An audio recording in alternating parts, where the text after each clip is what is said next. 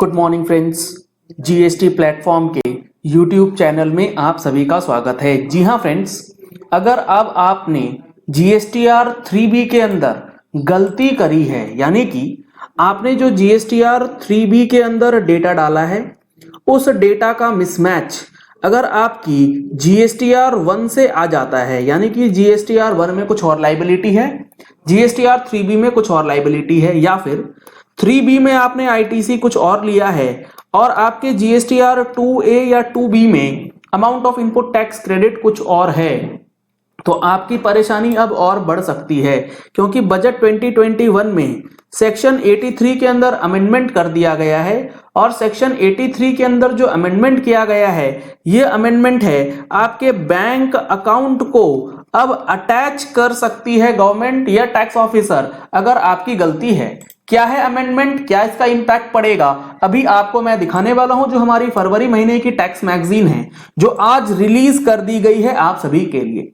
अगर आपने अभी तक सब्सक्रिप्शन नहीं लिया है तो नंबर्स आपको स्क्रीन पे दिए गए हैं, इन नंबर्स पे कॉल करके आप सब्सक्रिप्शन ले सकते हैं। बजट स्पेशल ये कॉपी होने वाली है।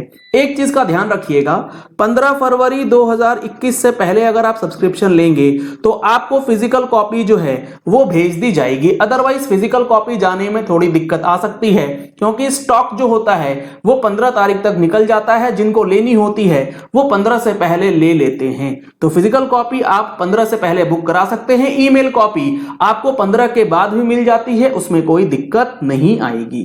तो बुकिंग के लिए कॉल कर सकते हैं, व्हाट्सएप कर सकते हैं इन नंबर्स पे। अब देखिए, जो ये सेक्शन 83 का सबसेक्शन 1 है, ये सब्स्टिट्यूट हो गया।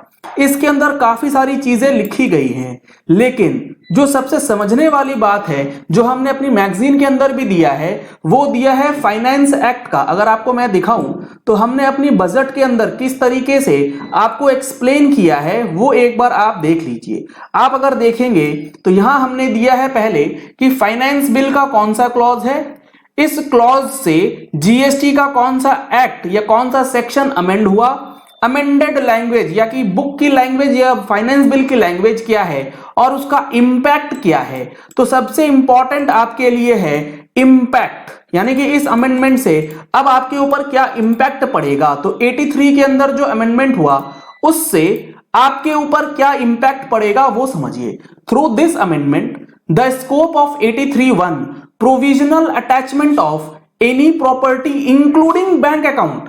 प्रोविजनल अटैचमेंट जो होगा वो अब किसी भी प्रॉपर्टी के साथ बैंक अकाउंट का भी हो सकता है, उसे वाइडन किया गया है, इसे और बढ़ा दिया गया है, कवरिंग 24 सेक्शंस।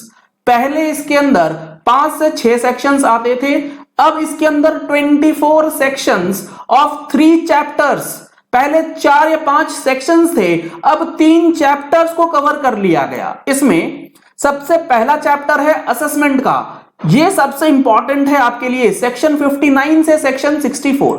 अब अगर सेक्शन 59 से सेक्शन 64 की आप बात करेंगे तो आपको पता लगेगा कि सेक्शन 61 जो है वो बात करता है स्क्रूटनी ऑफ रिटर्न्स की।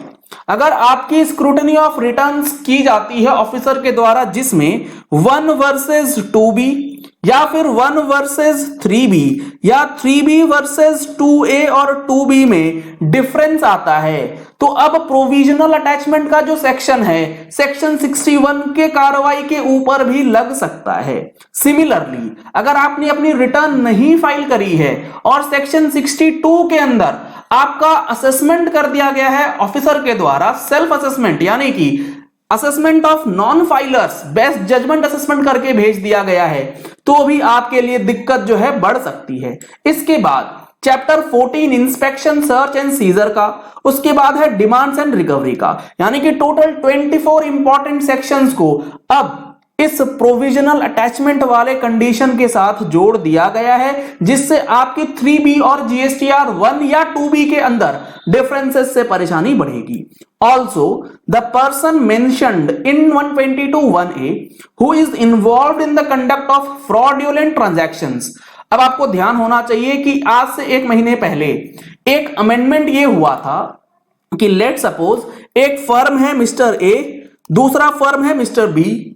इस दोनों के बीच में कोई फ्रॉडुलेंट ट्रांजैक्शंस करवाया गया किसी सी के द्वारा, तो ये जो सी है ना, इसे कहते हैं हम लोग मास्टरमाइंड। अब इस सी की प्रॉपर्टी को भी अटैच किया जा सकता है अंडर सेक्शन 43 फाइनेंस बिल 2021 में। इस चीज का भी प्रोविजन जो है वो कर दिया गया है along with A and B. अगर आप देखेंगे तो यहां पर also the person mentioned in 122(1)(a who is involved in the conduct of fraudulent transactions is also covered under section 43।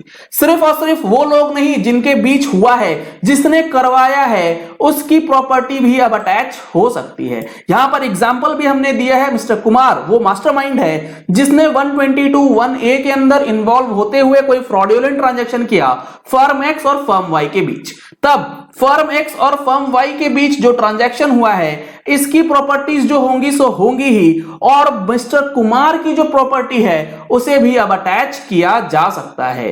तो ये अटैचमेंट वाले सेक्शन के अंदर जो प्रोविजंस में चेंज किया गया है, ये बड़ा खतरनाक है। इसका यूज अगर सही तरीके से नहीं हुआ तो आपके लिए परेशानी बढ़ सकती है। आपका बैंक अकाउंट जो है वो अटैच किया जा सकता है सेक्शन 61 के लिए भी, सेक्शन 62 के लिए भी, 63 के लिए भी। ये काफी ज्यादा टफ जो है वो हो जाएगा।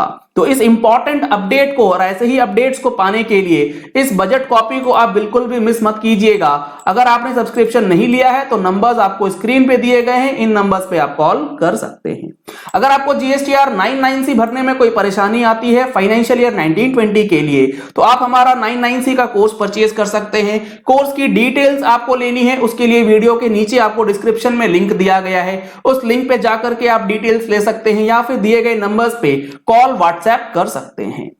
अगर आपने हमारे चैनल पे फर्स्ट टाइम ट्यून इन किया है तो चैनल को सब्सक्राइब करने के लिए नीचे दिया गया रेड कलर का सब्सक्राइब बटन जरूर प्रेस कर लीजिएगा, ताकि वीडियोस की नोटिफिकेशंस आप तक रेगुलरली पहुंचती रहे।